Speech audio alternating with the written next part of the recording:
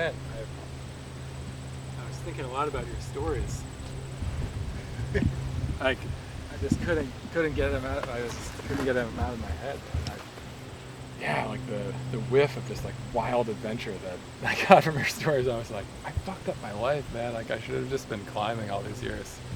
I was like switching from public school to go to boarding school, and that summer I was climbing in Washington State, and I was like, the guides that I was climbing with were like, man, like you got a long stride and like you're pretty fearless. Like, you want to just go to AAI and become a guide? And I was like, hell yeah. And I purposely missed my flight back, and my parents were like, what are you doing? It's like, got to get back for school. And I said, I'm not going to school. I'm not going to finish high school. I'm just going to become a mountaineering guide. And they didn't like that idea, and they persuaded me that it was a bad one. But sometimes I wish I'd been harder to persuade on that count. Because man, I like being in the mountains.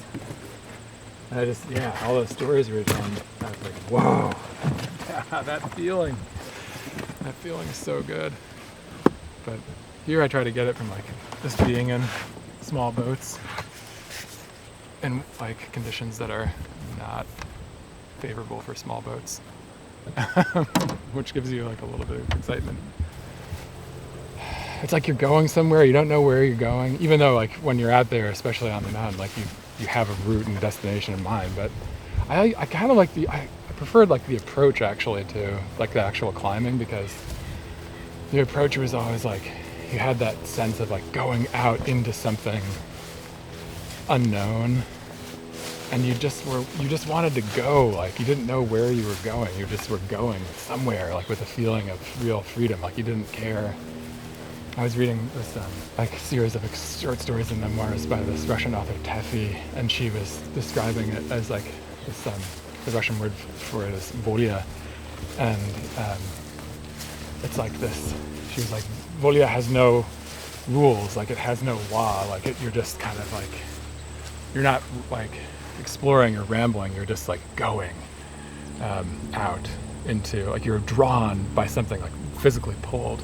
You don't know what's pulling you, but you can't resist it. And that was always like a feeling that I would get sometimes, like going out in the waters like that in a little boat. You're like, have a vague idea of like, I want to go to some of these islands, like just go like explore some of these tiny islands and the archipelagos, like off Merchant Row or something. But you don't know where you're going, and yeah, it's just a fun feeling. I try not to look at the weather too much before I go on those trips, because it's more exciting to not know what's going to happen.